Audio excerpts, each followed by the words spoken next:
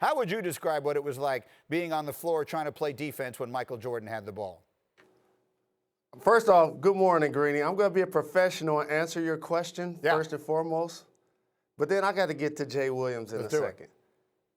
Okay. Playing against Michael Jordan, we're going to hear so much about the triangle offense, and rightfully so, it put everybody in position. You need that when you have an all-time great player. It creates a level of discipline and balance on the floor. So shout to Tex Winter and Phil Jackson for instituting that. But what normally happened was they'd swing the ball once or twice, and then all of a sudden it became something within the league we called the Bermuda Triangle, where really it was just MJ going one-on-one, and they just isolate for him. And such a dominant player, such a dominant scorer. The Black Cat was faster, was stronger, was more athletic, had the killer instinct like no other. So now let me get to you, Jay Williams. I saw you and Marcus Spears, my brothers, on this television show, talking about Michael Jordan's leadership style and comparing it to LeBron James. Let me tell y'all something. When y'all want to have GOAT conversations, Greeny, I can't believe you allowed this to happen. Okay. First and foremost, we can't have an MJ versus LeBron conversation because LeBron got to leapfrog some other people on the Mount Rushmore, everyone. Okay, there's some people that play basketball that accomplished some things and achieved the level of greatness that LeBron just has not been able to do. You want me to name them for you? Please. Besides Michael Jordan? Yes. You ever heard of a guy named Kareem Abdul-Jabbar? Mm-hmm. Okay. You ever heard of a guy named Bill Russell? You ever heard of a guy named Irvin Magic Johnson? It's just, when did LeBron pass Magic? Did I miss something? Did I miss something? He's in the top five, but those guys go ahead, Jay. Go ahead. Marcus is here too. Go ahead, Jay Rose. Look, we're talking about leadership style, Jay Rose, and different strokes for different folks, man. You're from the old school. I get it. I like the old school mentality. But my thing is, just because you win championships and other guys win championships don't mean that other people think you're a great leader just because you won championships. And I understand that Jordan won 6. And I understand that he's the greatest ever to do it, that you guys are saying that. But there are different ways to lead, guys. And some people are more preferential towards a leadership perspective of a LeBron James than a guy like Jordan that's like, just get out my way. Just get out of my way. It's just different strokes for different folks, Jay Rose. Marcus, go ahead. What do you want to jump in with? Look, we all know, we all hear the stories, and we all understand that Jordan was a venomous competitor. He got on his teammates, he lifted them. His ability to play the game was beyond what anybody had ever seen in the NBA. Everybody gets all of that.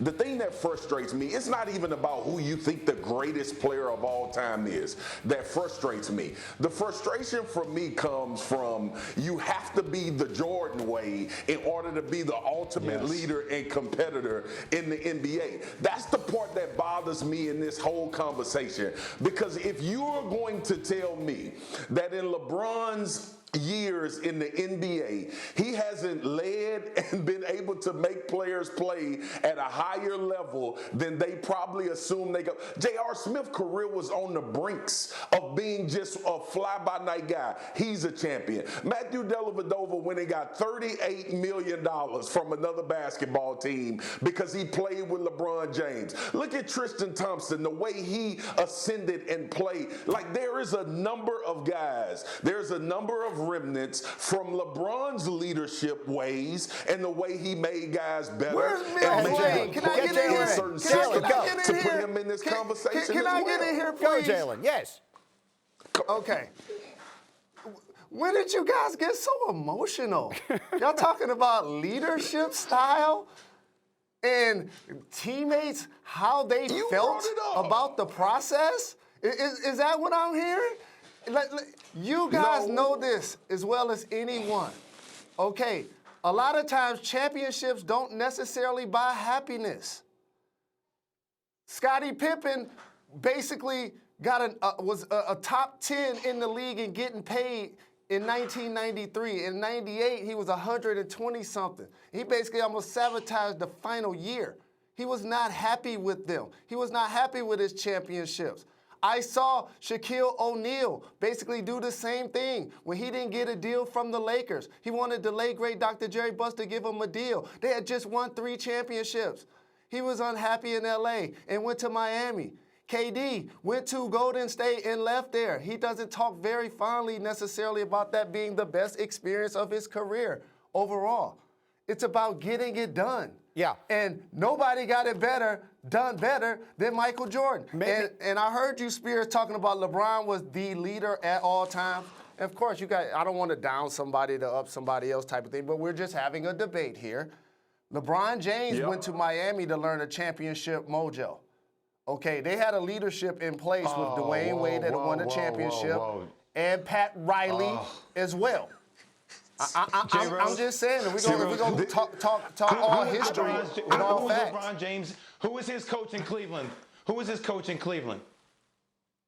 The first time, when he first got drafted, it really didn't matter. That's why he left. When I've lost why control. Did he leave Cleveland, Jay? Hold on. Why did LeBron leave Cleveland? That's why he went to go be part of an organization with Pat Riley. Pat Riley, a guy who's won championships. Can I relate this? I've lost control. Marcus, can I ask you a question? Can I relate this to my basketball aficionados? You know how much I respect you, Jalen, and Jay Will. I go to you guys for basketball knowledge, even though I watched the game and participated. And let me ask y'all this, bro. Why is there this need? And Jalen, I feel like you're doing it. I love you, big bro. Why is this need to discredit LeBron James? Like, where does this come from? Is this something that's the first thing I said, Greeny, right? Preach, Marcus. Preach, Marcus. Preach. I just said he's on my Mount Rushmore. I have him as the 4th greatest player of all time. That's not diminishing someone. You have. Hold on, G. You have no choice but to put him on the Mount Rushmore. Thank you for watching ESPN on YouTube. For live streaming sports and premium content, subscribe to ESPN+.